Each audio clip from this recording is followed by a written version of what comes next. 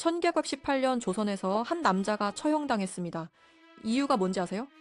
소설을 썼거든요. 말이 안 되죠? 근데 진짜예요. 오늘 이 영상에서 딱 3가지만 풀겠습니다. 그 소설이 대체 어떤 내용이었는지, 나라가 왜 그 책 한 권에 공포했는지, 그리고 어떻게 그게 한 사람의 목숨으로 이어졌는지, 처형당한 그 남자가 왜 그렇게까지 위험했는지 지금부터 풀어드릴게요. 먼저 그가 쓴 소설이 뭐였는지부터 봐야 돼요. 줄거리 자체는 간단해. 노비 어머니에게서 태어난 홍길동이 신분의 벽에 부딪히고 결국 스스로 반란을 일으켜 새로운 나라를 세운다는 이야기야. 근데 당시 조선 소설들이 어땠냐면 대부분 양반 남자가 주인공이고 충효를 강조하는 내용이었어. 그게 공식이었거든. 근데 허균은 그 공식을 완전히 뒤집어버린 거야. 주인공이 노비 출신이고 그 노비가 체제에 복종하는 게 아니라 아예 그걸 부숴버리고 새 나라를 만들어. 그래서 이건 단순히 도둑 이야기가 아니야. 신분제라는 조선의 뼈대 자체가 틀렸다고 정면으로 선언한 거야. 근데 문제는 당시 조정은 이 책을 이야기가 아니라 혁명선언으로 읽었다는 거야.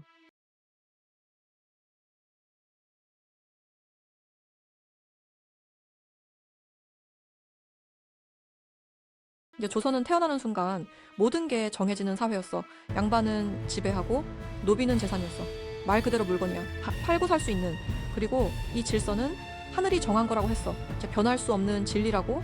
근데 홍길동전은 그 진리의 정면으로 돌을 던진 거야. 근데 노비 출신이 스스로 일어나서 세상을 바꾼다는 이야기. 그러니까 양반들 입장에선 그냥 소설이 아닌 거지. 이게 기층민들 사이에 퍼지면 그를 모르는 백성들도 이 이야기는 들을 수 있거든. 입에서 입으로. 조정이 진짜 두려워한 건 그거였어. 백성이 자기 신분의 의문을 품는 순간. 그래서 조정은 이 책을 금서로 지정했어. 그리고 쓴 사람을 찾아냈어. 근데 허균이 그냥 평범한 사람이었으면 이 이야기가 이렇게까지 충격적이지 않았을 거야. 이 사람 1529년생 허균. 조선에서 가장 잘 나가는 집안 출신 양반이고 과거 시험도 당당하게 합격했어. 도승지까지 오른 고위관료였고 시인이자 문인으로도 당대에 이름을 날렸어. 그야말로 체제의 수혜자, 기득권 그 자체인 사람이었지.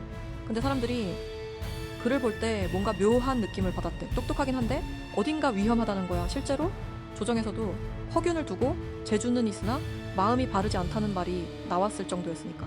그럼 여기서 진짜 질문이 나오는 거야. 이 정도 위치에 있는 사람이 왜 굳이 신분제에 칼을 겨누는 소설을 썼을까? 그건 그의 사상을 봐야 알 수 있어?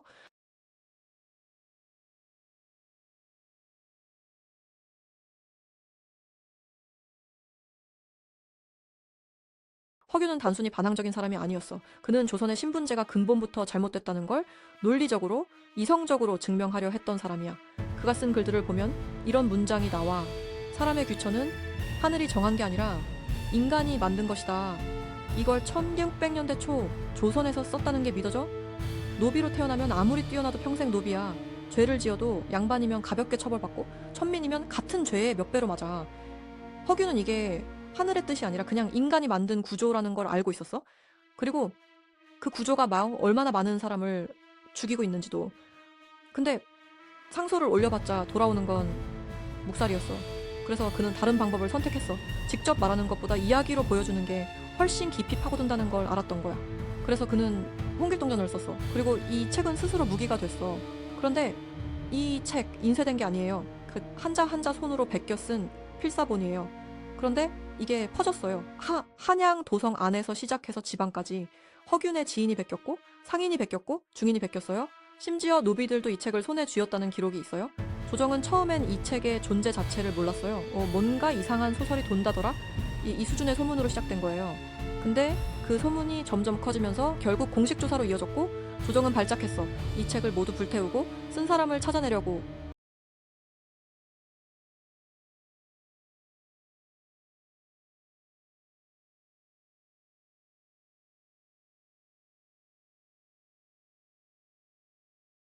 조정은 곧바로 물었어. 이 책 쓴 게 누구냐고. 허균은 처음엔 발뺌했어. 모른다. 내가 쓴 게 아니다. 근데 조정은 멈추지 않았어.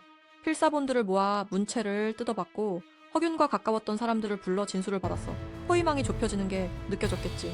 결국 허균은 인정했어. 내가 썼다고. 그리고 거기서 그치지 않고 이렇게 말했어. 나는 이 책으로 신분제가 얼마나 부당한지 말하고 싶었다고. 자백이 아니라 선언이었어. 여기까지만 해도 죽음은 확정이었어. 그런데 더 문제가 생겼어. 허균이 또 다른 계획을 갖고 있었거든.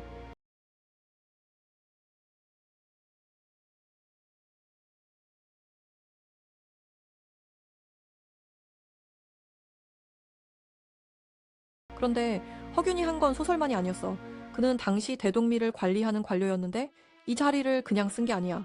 농민들 사이에 대동계라는 조직을 만들었거든. 표면상으로는 가난한 사람들끼리 서로 돕는 상호부조 모임이었어. 근데 허균의 진짜 의도는 달랐어. 이걸 노비와 평민이 스스로 움직일 수 있는 기층 권력기구로 키우려고 했던 거야. 신분제 바깥에서 국가의 허락 없이 민이 자율적으로 조직되는 구조. 조정 입장에서 이게 어떻게 보였겠어? 소설로 머릿속을 흔들고 현실에서는 민중을 조직하고 있는 거잖아. 그래서 조정은 판단했어. 이것은 반란 기도다.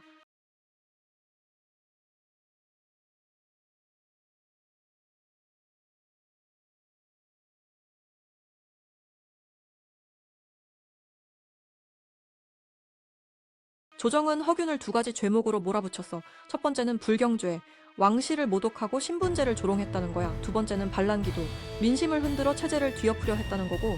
근데 허균은 물러서지 않았어. 나는 소설을 썼을 뿐이다. 글로 생각을 표현한 게 무슨 죄냐고 맞섰지. 조정 관료들이 반박했어. 픽션이라도 현실에 영향을 미치면 그거는 다르다고. 실제로 백성들이 홍길동을 따라 들고 일어나고 있잖냐고. 허균은 다시 받아쳤어. 그건 내가 아니라 세상이 썩었기 때문이라고. 이거는 단순한 재판이 아니었어. 소설 자체가 범죄가 될 수 있는가? 그 근본적인 질문을 두고 싸운 거야. 이 논쟁은 사실 지금도 끝나지 않았어. 예술과 체제의 싸움은 시대를 초월하거든. 하지만 1918년 조정은 이미 결정했어.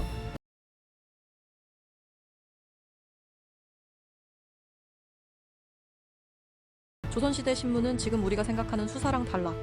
고문이 합법이었어. 아니, 당연한 절차였지. 관리들이 매를 치고 주리를 틀고 그렇게 자백을 받아내는 게 정식 수순이었어. 허균 나이 당시 50살, 젊은 나이도 아닌데 그 몸으로 몇 달을 버텼어. 기록에는 고문으로 인한 신체 손상이 남아있어. 그는 계속 항변했어. 억울하다고, 죄가 없다고. 근데 조정은 처음부터 결론이 나 있었어. 항변이 받아들여질 여지가 없었던 거야. 그 몇 달이 지나면서 체력은 바닥났고 정신도 한계에 달했어. 50세의 관료는 이미 체력도 정신도 한계에 달했어. 그리고 드디어 판결이 내려졌어.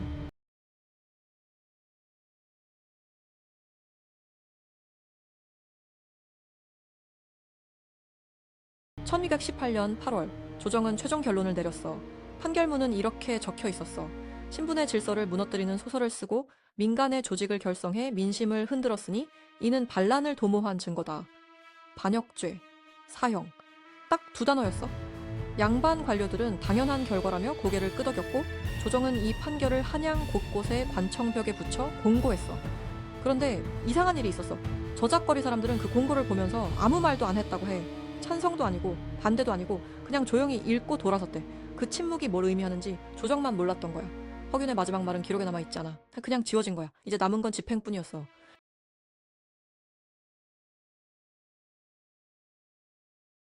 1928년 8월 한양 도심 한복판. 허균의 나이 50살이었어. 그는 군중 앞에 끌려 나왔고 공개 차명이 집행됐어. 비명도 저항도 없었다고 해. 그냥 그렇게 끝났어. 군중은 조용했어. 누군가는 울었고 누군가는 고개를 돌렸어. 하지만 아무도 소리내진 못했지. 조정은 거기서 멈추지 않았어. 그의 저술들을 수거해서 불태웠어. 필사본들이 불 속으로 들어갔어. 동조자들은 추적당했고 그의 이름은 기록에서 지워지기 시작했어. 국가는 그 이름이 사라지길 바랐던 거야. 그런데 생각해봐. 한 남자는 죽었어. 하지만 그의 메시지는 죽지 않았어. 역사는 훨씬 더 깊은 얘기를 남겼거든.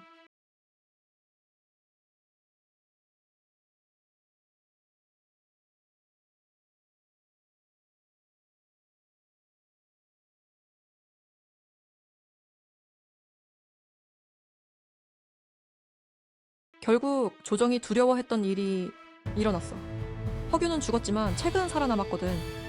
은 금서로 묶였는데 오히려 그게 독이 됐어. 사람들이 몰래 손으로 베껴가면서 계속 퍼졌으니까 필사본이 필사본을 낳고 읽을수록 더 읽고 싶어지는 책이 된 거야. 그리고 수백 년이 흘러 일제강점기가 됐을 때 이 책은 완전히 다른 의미로 재발견돼. 이 신분제에 저항한 영웅 홍길동이 식민 지배에 저항하는 민족의 상징으로 읽히기 시작한 거지. 현대에 와서는 평가가 더 명확해졌어. 한국 문학사에서 최초의 현대적 소설 신분제 비판의 선구자. 허균은 지금 중학교 교과서에도 실려 있어.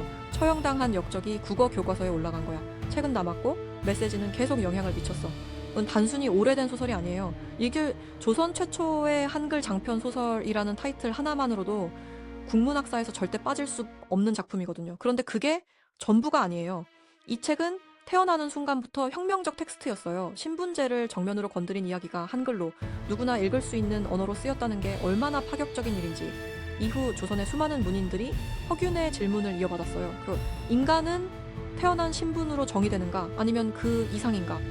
홍길동이라는 캐릭터는 민간에서도 살아남았어요. 민담 속 의적, 억눌린 자의 편을 드는 영웅. 그 이미지가 영화가 되고 드라마가 되고 지금도 계속 변형되면서 이어지고 있죠. 허균은 죽었지만 그의 질문은 여전해요.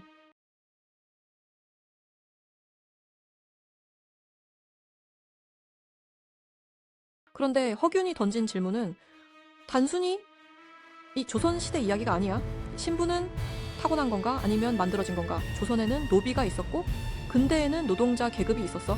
그리고 지금 이 시대에는 부모의 자산이 자식의 출발선을 결정해. 노비라는 단어는 사라졌지만 태어날 때 정해지는 불평등은 그대로야. 허균은 홍길동이라는 인물을 통해서 이 명제에 정면으로 저항했어. 자기 의지로 자신의 길을 만들 수 있다고. 근데 국가는 그 생각을 용납하지 않았지. 그래서 허균의 처형은 옛날 이야기가 아니야. 그것은 국가가 자유로운 사상을 얼마나 두려워하는지를 보여주는 사건이야.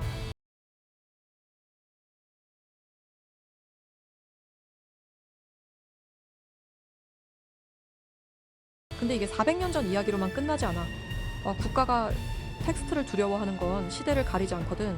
소련은 솔제니친의 소설을 금지했고 나치는 책을 광장에서 불태웠어.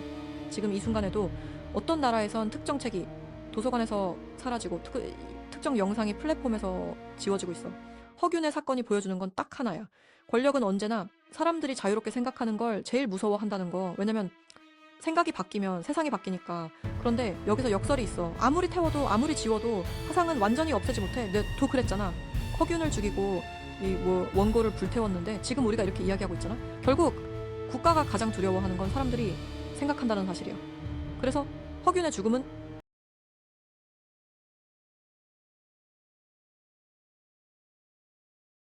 근데 흥미로운 게 있어. 조정이 그렇게 필사적으로 허균을 지웠는데 결국 신분제는 무너졌거든. 딱 100년 뒤. 조선 말기가 되면 양반이니 천민이니 하는 구분이 실제로 해체되기 시작해. 조정이 그 난리를 친 건 사실 자기들도 알고 있었던 거야. 이 제도가 흔들리고 있다는 걸. 국가가 책 한 권에 공포하고 작가 한 명을 처형하는 건 제도가 건강할 때 하는 짓이 아니야. 위기를 감지했을 때 하는 짓이야. 허균은 졌어.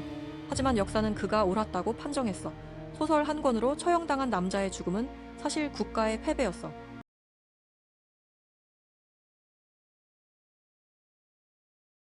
허균은 소설 한 권에 위험한 생각을 담았어. 신분제가 틀렸다고, 세상이 달라져야 한다고. 국가는 그걸 반란이라고 불렀고 1918년 그를 처형했어. 근데 이상하지. 국가는 사라졌고 허균도 죽었는데 책은 살아남았거든. 우리가 지금 당연하게 누리는 것들, 다양한 목소리, 표현할 수 있는 자유, 이건 허균 같은 사람들의 죽음 위에 세워진 거야. 국가는 왜 글자 하나하나를 그토록 두려워했을까? 그 답은 너도 이미 알고 있어. 글자는 죽지 않으니까. 이 영상이 좋았다면 허균도 좋아할 거야. 좋아요 버튼 눌러줘. 역사 속 뺨 맞는 이야기들이